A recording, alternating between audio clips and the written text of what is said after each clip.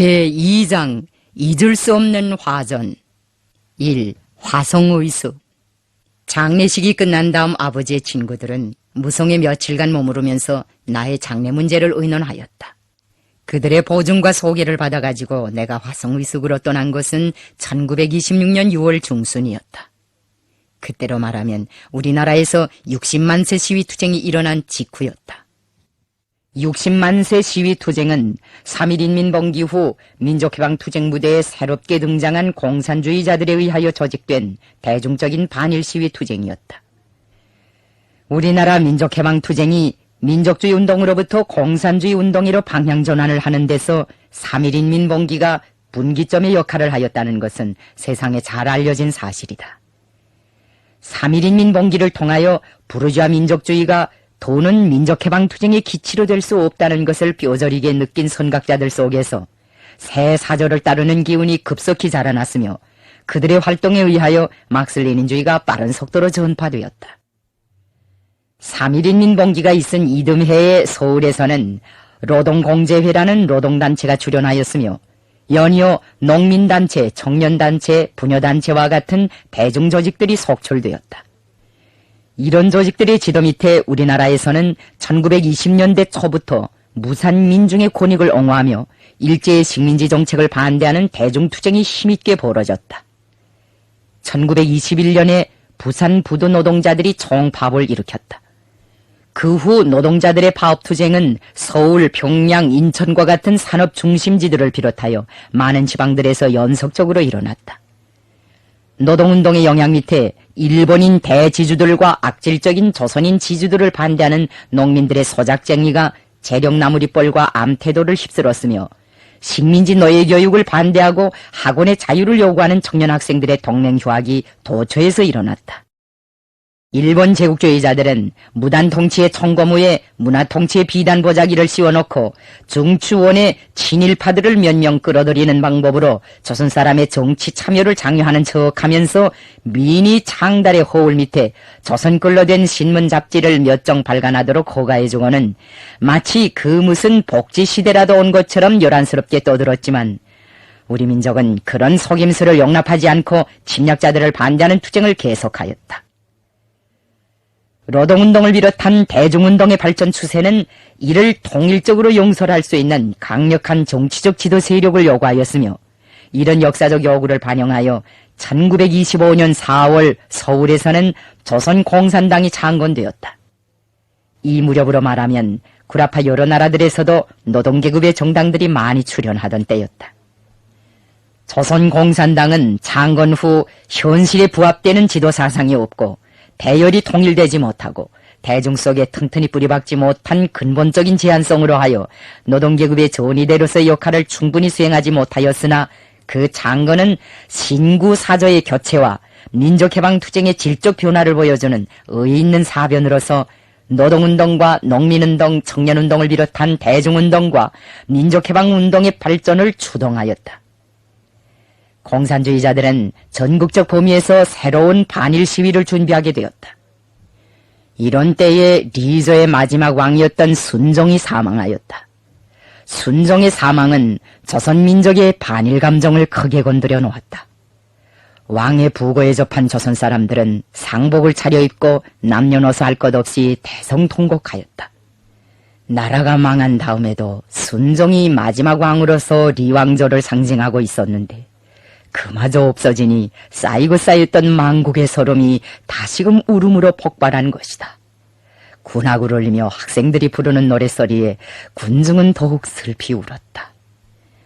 잘 있거라 창덕궁아 영원히 무궁이 나는 간다 북망산천 쓸쓸한 곳으로 인제 가면 언제나 또다시 오려나 2000만의 백이동포 무궁하여라. 그 통곡소리가 일본 강점자들에게는 폭탄과 같은 자극을 주었다. 조선 사람들이 무리를 지어 우는 곳이 있으면 즉시에 일본 기마경찰대가 출동하여 총칼과 권봉을 휘둘러 야속으로 해산시키었다. 소학교 아이들까지도 가차없는 권봉 세례를 받았다. 나라가 망해도 슬퍼하지 말고 왕이 죽어도 울지 말고 입을 다물고 있으라는 것이다. 이것이 바로 무단 통치로부터 문화 통치로 탈바꿈을 한 총독 정치의 진면모였다. 적들의 포악무도한 탄압 만행은 불길처럼 타번지는 우리 인민의 반일 감정에 기름을 쏟아붓는 격이 되었다. 공산주의자들은 인민대중의 반일 기세에 편승하여 순종의 장례식 날을 계기로 전국적 범위에서 반일 시위투쟁을 벌이기로 계획하고 그 준비를 비밀리에 추진시키었다. 그런데 그 비밀이 시위투쟁준비위원회에 끼어있던 정파분자들에 의하여 일제에게 알려졌다. 반일 시위 준비는 무자비한 탄압을 받지 않으면 안 되었다. 그러나 애국적 인민들은 시위투쟁 준비를 멈추지 않았다. 6월 10일 순종의 상여가 종로를 지나갈 때 수만 명의 서울 시민들이 조선독립 만세, 일본 군대 물러가라, 조선독립운동자들은 단결하라는 구호를 외치면서 대중적인 시위를 벌였다. 문화통치 7년간 쌓이고 쌓인 원한과 울분이 마침내 독립만세의 함성으로 폭발한 것이다.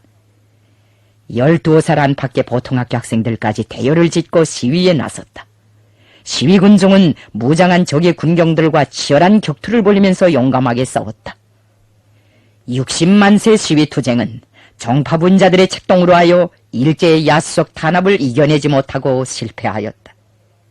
부르주아 민족주의자들의 4대 사상이 3.1인민 봉기를 실패하게 한 근본 원인의 하나라면 초기 공산주의자들의 정파행위는 60만세 시위투쟁을 말아먹은 기본 화근이었다.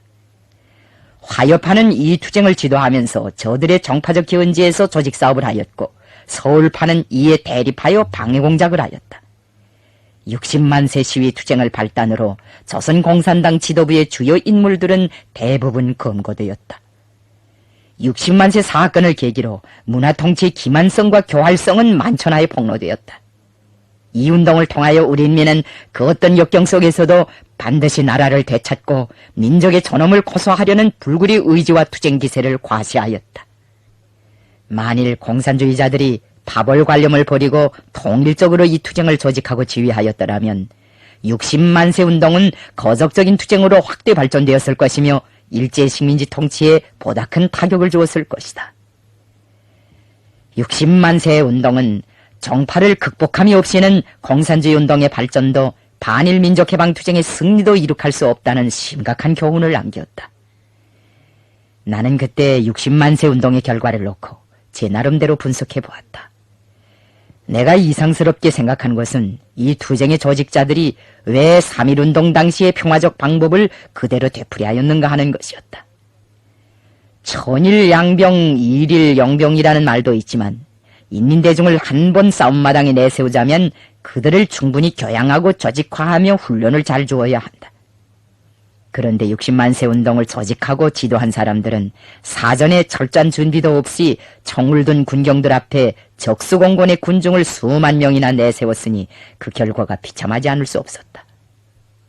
일어설 때마다 무리 죽음을 내고 좌절당하곤 하는 반일 운동을 생각하면 분해서 잠도 오지 않았다.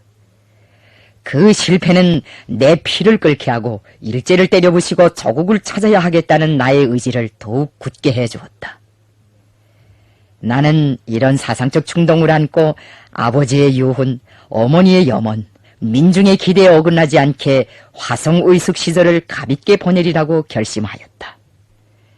화성의숙은 독립군의 간부들을 키워낼 목적으로 1925년 초에 세운 정의부 소속의 2년제 군사정치학교였다. 민족재생의 출로를 실력배양에서 찾은 독립운동자들과 애국적인 계몽활동가들은 일반 학교의 설립과 함께 군사인재의 육성을 목적으로 하는 무관학교의 설립에도 적극적인 노력을 기울였다. 그들의 노력에 의하여 만주 각지에는 신흥강습소, 류하현, 심리평사관학교, 왕청현, 소사하 훈련소, 안도현, 화성의숙, 화전현, 화성의숙을 비롯한 여러 개의 무관학교들이 일어섰다. 이 무관학교 설립운동에서는 양기탁, 리시영, 오동진, 리범석, 김규식, 김좌준과 같은 독립운동의 거도들이 중심적 역할을 담당하였다. 화성의숙의 입학 대상은 정의부 산하중대들에서 선발된 현역 군인들이었다. 우에서 입학생 수를 쪼개어 내려보내면 중대별로 우수한 청년들을 뽑아보냈는데 2년 동안의 학습 과정을 마치면 성적에 따라 새 직급을 주어 출신 중대에 되돌려 보내었다. 독립군 밖에서도 개별적 인사들의 소개로 입학하는 청년들이 도로 있었지만 그런 경우는 드물었다. 그래서 뜻을 가진 한창 나이의 젊은이들은 은근히 이 학교에 가고 싶어 하였다. 지금 화성의숙 시절에 나의 동창생들 가운데 그 시절을 대고할 만한 사람이 거의 없다. 아버지가 생존해 계실 때만 해도 나는 나의 전도 문제와 가정살림에 대하여 그다지 신경을 쓰지 않았다. 그러나 아버지가 세상을 떠난 다음에는 나의 장래 문제를 비롯하여 가정을 운영해 나가는 데서 나서는 여러 가지 복잡한 문제들에 나도 자연히 관심을 돌리지 않을 수 없었다. 나는 아버지의 서거에서 오는 슬픔과 고뇌 때문에 망연자실의 상태에 처해 있으면서도 어떻게 하나 아버지의 뜻을 이어 한 생을 독립운동에 바치겠다는 일념과 사정이 허락되면 어머니의 부담이 되는 한이 있더라도 상급 학교에 진학해보겠다는 포부를 가지고 자기의 전도 문제에 대하여 심사숙고하였다. 아버지는 세상을 떠나면서 나를 중학까지 보내주라고 유언하였지만 우리 집 형편을 보면 내가 상급 학교에 가고 싶어도 가겠다고 말할 형편이 못 되었다. 내가 학교에 가면 학비 조달의 무거운 부담을 어머니 혼자서 짊어져야 하는데 어머니의 삭발레와 삭바느질에서 얻어지는 보잘것없는 수입으로는 비난한 가게를 유지하고 나의 학업을 위해 달마다 학비를 대줄 수가 없었다. 아버지가 돌아가니 그 저수역을 하던 형곤 삼촌도 일조의 직업을 잃었다. 아버지가 남기고 간 약방에는 약이 얼마 없었다. 이런 때에 아버지의 친구들이 나를 화성의숙에 가라고 권고하였다. 아버지가 세상을 떠날 때 어머니에게 남긴 유언 가운데 나의 진학 문제도 포함되어 있었다. 내가 상급학교로 갈 때에는 아버지의 친구들에게 서신을 내어 그들의 도움을 받으라는 것이 어머니와 삼촌에게 주고 간 아버지의 마지막 부탁이었다. 어머니는 그 부탁대로 여러 사람들에게 편지를 써보냈다. 인정의 도움이 없이는 단 하루도 살아갈 수 없는 각박한 세월이었으니 어머니로서는 미안한 대로 그렇게 하지 않을 수가 없었다. 그렇게 되어 나의 전도 문제는 아버지의 장례가 끝난 후 무성에 남아있던 독립운동자들 속에서 자연히 한 개의 의제로 상정되지 않을 수 없었다. 오동진은 의산 최동호 선생한테 소개신도 보냈으니 화성의숙에 가라. 화성의숙에 가서 군사를 배우는 것이 내 포부에도 맞을 것이다. 입시름으로는 독립을 못한다는 거야 너의 아버지의 뜻이 아니냐. 학교를 졸업하면 그 후의 전도 문제는 우리가 책임지고 돌봐줄 테니 의숙에 가서 마음껏 공부하라고 하였다. 아버지의 친구들은 장차 나를 자기들의 대를 이을 후비 인재로 키우려고 계획하고 있었던 것 같았다. 독립군 지도자들이 후비 육성 문제에 관심을 돌리고 인재 양성을 중시한 것은 좋은 일이었다. 나는 오동진의 제의에 쾌히 동의하였다. 나의 전도를 그렇게도 살틀이 걱정해주는 독립운동자들의 진정이 참말로 고맙다는 생각이 들었다. 나를 무관학교에 보내어 독립운동 인재로 키우려는 그들의 의도는 일생을 조국해방 위협에 바치려는 나의 지향에도 부합되는 것이었다. 군사적 대결에 의해서만 일제를 타승할 수 있고 군사를 알아야 독립운동의 전열에 설 수 있다는 것이 그 당시의 나의 견해였다. 이제는 그 꿈을 실현할 수 있는 길이 열리게 된 것이다. 나는 화성의숙을 단일 독립투쟁의 활무대로 가는 지름길이라고 생각하면서 가벼운 마음으로 화전으로 떠날 준비를 서두르기 시작했다. 외국의 어떤 정객이 나보고 추석님은 공산주의자인데 어떻게 되어 민족주의자들이 운영하는 군사학교에 가게 되었는가고 물은 적이 있었다. 있을 수 있는 질문이라고 생각한다. 내가 화성의숙에 입학한 것은 아직 공산주의 운동을 시작하지 않았을 때였다. 나의 세계관은 막스레닌주의를 자기의 이념으로 완전히 삼을 만큼 원숙한 단계에 있지 않았다. 그때까지 내가 공산주의를 지식으로 섭취한 것이 있었다면 무성에서 사회주의 대의와 레닌의 일생기라는 서책자를 읽은 것뿐이고 사회주의 이념이 실현된 신생소련의 발전 모습을 북문으로 들으면서 사회주의 공산주의 사회를 끝없이 동경하였을 뿐이다. 내 주변에는 공산주의자들보다 민족주의자들이 더 많았으며 고장을 옮길 때마다 내가 다니던 여러 학교의 선생들은 공산주의 사상보다 민족주의 사상을 더 많이 고취하였다. 우리는 새 사조에 의해 교체될 운명을 지니고 있었으나 그 영향력을 무시할 수 없는 반세기 이상의 역사를 가지고 있는 민족주의의 포위 속에 있었다.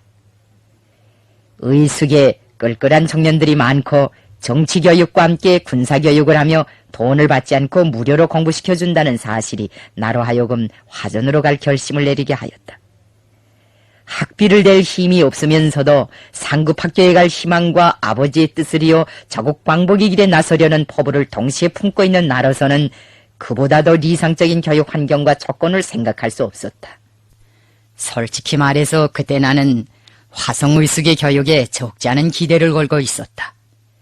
2년 동안 의숙의 교육을 받느라면 중학과정하는 물론 군사를 하나도 배우게 되리라는 흐뭇한 생각도 들었다. 정작 집을 나서고 보니 걸음을 옮기면서도 자주 뒤를 돌아보게 되었다. 아버지의 유해가 묻혀있는 양지천을 돌아보고 멀리서 나를 바래주는 어머니와 동생들을 돌아보니 마음이 산란하여 가볍게 발을 옮길 수가 없었다. 어린 동생들을 데리고 고생할 어머니가 걱정스러웠다. 무성과 같은 백사지에서 어머니 혼자 가정을 유지해 나간다는 것이 그때 형편에서는 간단한 일이 아니었다. 길을 떠난 사람은 뒤를 돌아보지 말아야 한다고 한 어머니의 말씀을 되새기면서 나는 마음을 다잡았다. 무성에서 화전까지는 육로로 300리가량 되었다. 돈량이나 있는 사람들은 풍을 친 한림차라는 것을 타고 쉽게 다니는 길이었지만 로자가 변전치 못한 나는 그런 호강을 할 처지가 못 되었다. 화전은 송화강과 히바라의 합수목으로부터 5, 60리 떨어진 곳에 자리 잡고 있는 길림성 관할의 산간 도시로서 남만 치고도 손꼽히는 독립운동 중심지의 하나였다. 내가 길을 떠날 때 무성의 어떤 독립운동자는 나에게 화성의숙의 살림살이가 몹시 가난하니 고생스러울 것이라고 걱정해 주었다. 독립군의 재정 형편이 전반적으로 어려워서 화성의숙의 숙식 조건이 변변치 못하겠지만 그런 곤란 같은 것은 문제로도 되지 않았다. 어린 시절부터 무명옷을 입고 타개죽을 먹으며 자라난 나에게는 화성의숙이 아무리 가난하면 우리 만경대 집보다야 더 가난하려 하는 생각이 들었다.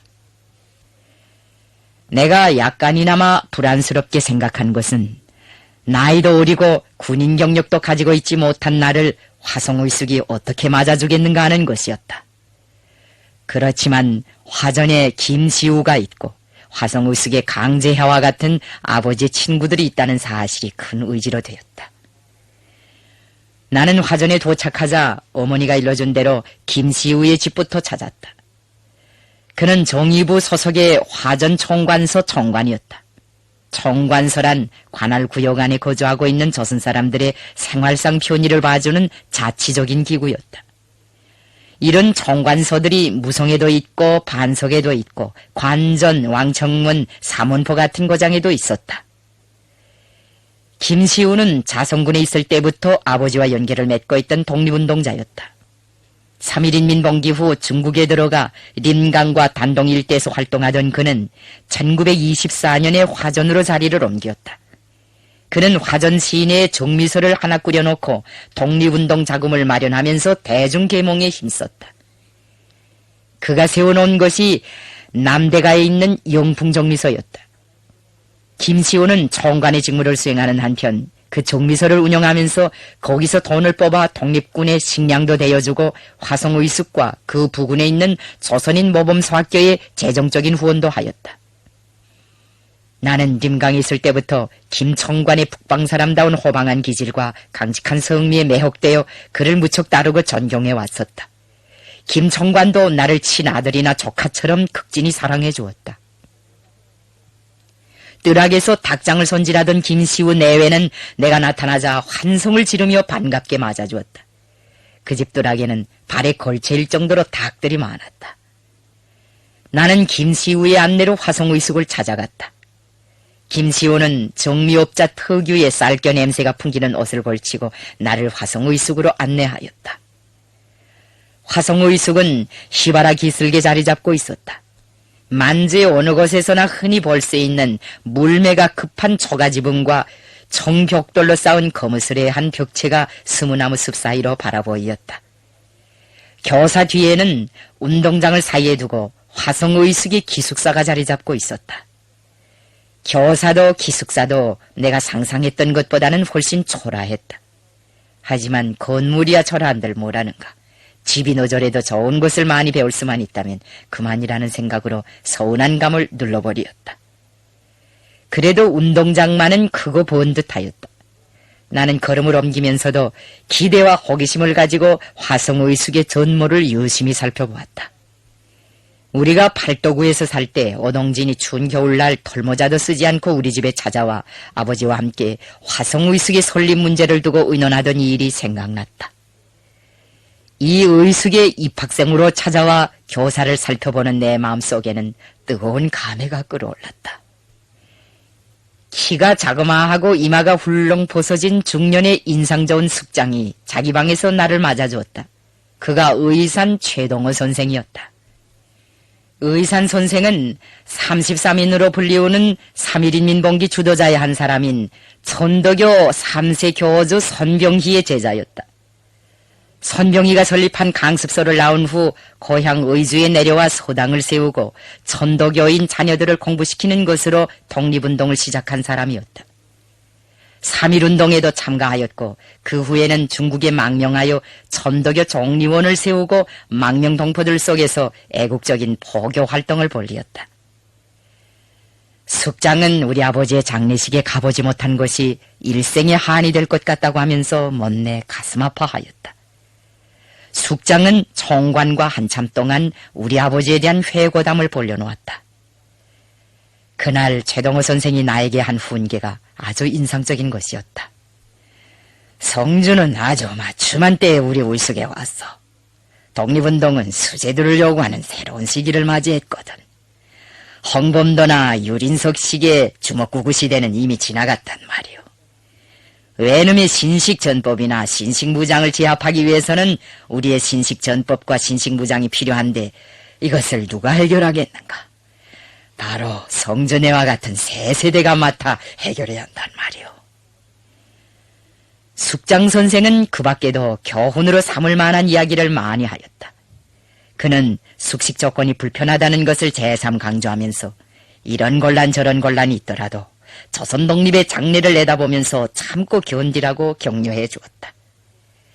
첫인상에도 성미가 온화하고 놀라우리만큼 언변이 유창한 사람이라는 생각이 들었다. 그날 김시운의 집에서는 나를 위해 저녁을 차리었다. 주인 내외의 정성이 엿보이는 소박한 식탁 앞에 아버지의 세대에 속하는 사람들과 마주 앉으니 감개가 무량하였다. 두리반상 한쪽 구석에는 곡주도 한 병 놓여 있었다. 김시우가 반주를 하려고 내놓은 줄로만 알았는데 정과는 뜻밖에도 잔에 술을 부어 나에게 권하는 것이었다. 나는 너무도 송구스러워 두 손을 바삐 내주었다. 난생 처음으로 받게 되는 어른 대접이어서 여간만 당황하지 않았다. 아버지의 장례 때 내가 너무 슬퍼하는 것을 보고 장철호가 술을 권한 일이 한 번 있지만 그것은 상제로서 받는 대접이었지 그 이상의 것은 아니었다. 그런데 김시우는 나를 완전히 어른처럼 대하는 것이었다. 그는 말투도 이전 날의 해라로부터 하계조로 바꾸었다. 자네가 온다니 자네 아버지 생각이 간절해지더군. 그래서 내 술을 한 병 갖춰 놓으라고 했네. 자네 아버지가 화전에 오시면 늘 이 상에서 내가 권하는 잔을 받곤 했네. 오늘은 자네가 아버지를 대신해서 이 잔을 받으라고. 자네야, 이제부터는 가장이 아닌가. 정관이 이렇게 말하며 허물없이 잔을 권했지만 나는 가볍게 그 잔을 둘 수가 없었다. 주만에도 차지 않는 조그마한 잔이었으나 거기에는 참으로 가늠하기 어려운 무게가 실려 있었다. 김시우가 나를 송인으로 대해주는 그 자리에서 나는 나라와 민족을 위해 어른처럼 처신을 해야 하리라는 엄숙한 사명감을 느끼게 되었다. 그는 나에게 자기가 침실 겸 소재로 이용하는 방을 내주었다. 숙장 선생과도 토론이 되었으니 기숙사에 들어가 있을 생각은 아예 말고 자기 집에 눌러 있으라고 오금을 박았다. 김용직 선생이 임종을 앞두고 편지로 송주를 잘 돌봐달라고 부탁하신 것만큼 자기는 그 부탁을 지킬 의무가 있다는 것이었다. 무송에서나 화전에서나 아버지의 친구들은 이처럼 나를 위해 성의를 아끼지 않았다. 우리 아버지와의 의리를 지키느라고 그렇게 해줬을 것이다. 나는 그때 그 성의나 의리를 두고 많은 것을 생각하게 되었다. 그 의리의 밑바탕에는 나라의 독립을 위해 한몫할 것을 바라는 아버지 세대 사람들의 절절한 기대가 깔려 있었다.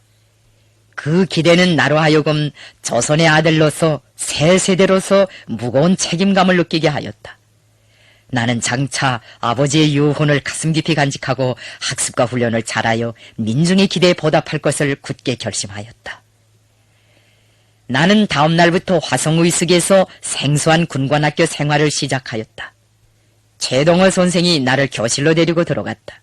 학생들은 나를 보자 어린 독립군이 왔다고 하면서 신기해하였다. 어느 중대에서 심부름이나 하다가 굴러온 애승이 군대라고 짐작하는 것 같았다.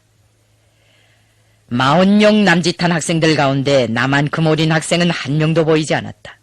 대부분이 20살 안팎의 청년들로서 그 중에는 수염이 검숭검숭하게 난 아이아버지도 있었다. 모두 내 형이나 삼천포울쯤 되는 학생들이었다. 숙장이 나를 소개하자 학생들은 일제히 박수를 쳤다. 나는 선생이 정해주는 대로 창문 쪽 맨 앞줄에 가서 자리를 잡았다. 내 옆자리에는 일중대 출신인 박차석이라고 하는 학생이 앉아 있었다. 그는 수업이 시작될 때마다 교실에 들어오는 선생들의 경력과 개성 중에서 특이하다고 생각되는 점들을 귓속말로 간단간단히 튕겨주곤 하였다. 그가 제일 존경을 가지고 소개한 교원은 군사교관 리웅이었다. 리웅은 정의부의 군사위원인데 황포군관학교를 다녔다고 한다. 황포군관학교 출신이라면 누구나 다 굉장한 존재처럼 우러러볼 때였다.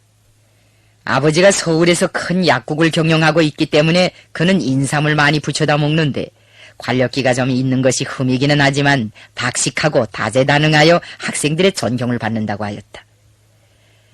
박차석은 화성의숙에서 조선 역사와 지리, 생물, 수학, 체육, 군사학, 세계혁명사와 같은 과목들을 배워준다고 하면서 종이장에 의숙의 일과에 대해서도 적어주었다.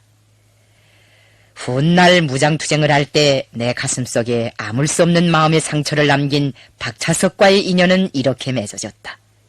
그가 후에 길을 잘못 들었지만 화성의숙 시절에는 나하고 살부치처럼 각별한 우정을 나누면서 지냈다.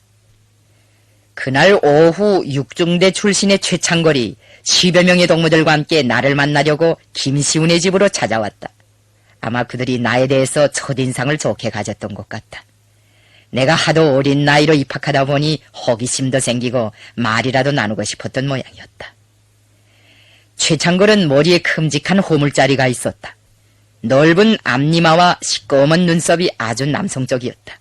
키도 크고 몸집도 좋아서 머리에 호물만 아니라면 미남자라고 불리울 만큼 잘생긴 사람이었다. 그의 말투나 몸가짐에는 사람의 마음을 끌어당기는 서글서글한 무엇이 있었다. 첫 대면에서 그는 벌써 내 마음속에 지울 수 없는 인상을 남겨놓았다. 성주의 나이가 15살밖에 안 된다고 하는데 나이보다는 포근하 숙성해 보이는구만. 어린 나이로 독립군 생활은 어떻게 했고 화성의숙에는 어떻게 들어오게 되었어? 최창걸의 첫 질문이었다. 그는 한 지붕 밑에서 오랜 세월을 같이 뒹굴며 우정을 맺었던 10년지기라도 만난 듯이 시정 입가에 웃음을 담고 내 얼굴에서 눈을 떼지 않았다. 나는 그가 알고 싶어하는 문제에 대해서 사실대로 간단히 대답해 주었다. 내가 김용직의 맏아들이라는 것을 알게 되자 그들은 한편 놀라기도 하고 한편 선망의 눈길도 보내면서 나를 더 친절하게 대해주었으며 내가 체험한 조국의 현실을 알려고 여러 가지 각도에서 많은 질문을 하였다. 조금 후에는 내가 반대로 최창걸에게 독립군 시절의 생활에 대하여 물었다. 그는 자기 머리에 있는 호물자리가 어떻게 생기게 되었는가 하는 내력부터 말해주었다. 우스개를 섞어가며 구수하게 이야기를 엮어댔는데 아주 걸작이었다. 그의 이야기에서 특징은 자기를 항상 3인칭의 위치에 놓는 것이었다. 그는 내가 그랬다, 내가 속았다라고 해야 될 말도 최창걸이 그랬다, 최창걸이 속았다고 말하여 대화 상대방의 웃음을 자아내곤 하였다. 최창걸이 양세봉의 수화절병으로 있을 때여서 한 번은 개원적에서 밀종을 잡아가지고 가다가 여관에 들렸는데 글쎄 그 풍덩하기 짝이 없는 최창걸은 밀종을 앞에 두고 끄떡끄떡 졸지 않았겠어. 수십 리길을 걷다 나니 피곤했거든. 그 사이에 그 밀정은 포승을 풀고 도끼로 최창걸의 머리를 답새기고 꽁무니를 뺐단 말이오. 다행히도 그놈이 정통은 치지 못했지. 최창걸의 머리에 생긴 훈장은 이런 기막힌 역사를 가지고 있어. 사람이 단계가 풀리면 최창걸이처럼 될 수 있어. 한두 시간 마주 앉아 흉금을 터놓고 보니 아주 재미있는 사람이었다. 청년 시절에 사귄 덕무들이 수백 수천 명이나 되는데 최창걸이처럼 자기를 항상 3인칭에 위치해 놓고 이야기를 슬슬 엮어나가는 그런 걸작을 처음으로 보았다. 그 후 생활을 통해 나는 그의 경력을 더욱 구체적으로 알게 되었다. 그의 아버지는 무순에서 자그마한 여관을 하나 경영하고 있었다. 아버지는 아들이 자기를 도와 영업에 종사할 것을 원하였지만 최창걸은 나라를 독립시키겠다고 집을 뛰쳐나와 군대에 입대하였다. 그가 독립군 생활을 할 때 그의 할머니가 손자의 마음을 돌려세워보려고 여러 차례 삼원포에 찾아왔지만 최창걸은 매번 나라가 망한 판에 지금 어디 제 집 여관이나 지키고 있을 때인가고 하면서 끝내 뜻을 굽히지 않았다고 한다. 나는 최창걸, 김리갑, 계영춘, 리재우, 박근원, 강병선, 김원우 외에도 남만과 국내 여러 곳에서 반일운동의 뜻을 두고 화성의숙에 찾아온 수많은 청년들을 알게 되었다. 그들은 매일같이 오후가 되면 나와 이야기를 나누려고 김시운의 집으로 찾아왔다. 나는 한두 명도 아닌 숱한 하구들이 나를 찾아주는 것이 고맙기도 하고 놀랍기도 하였다. 이렇게 되어 나는 처음부터 동년배가 아닌 나보다 나이가 5 내지 10살 이상 되는 연장자들과 사귀게 되었다. 청년학생운동과 지하혁명활동 시기에 나의 전우들 가운데 연장자들이 많은 것은 그 때문이었다. 나는 화성의숙에서 공부하는 며칠 사이에 의숙의 살림살이가 무성의 독립운동자가 말한 것보다 더 가난하다는 것을 알게 되었다. 화성의숙에서 재산이라고 할 만한 것은 낡은 책골상과 몇 개의 운동기재뿐이었다. 그러나 나는 포부를 크게 가지었다. 비록 건물은 비좁고 거무칙칙하여 보잘 나위 없어도 그 고삭은 초가지붕 밑에서 자라는 청년들은 얼마나 믿음직한가. 돈은 없지만 껄껄한 청년들을 많이 가지고 있다는 측면에서는 화성의숙이 부자라고 할 수 있었다. 나는 그것이 무엇보다도 기뻤다.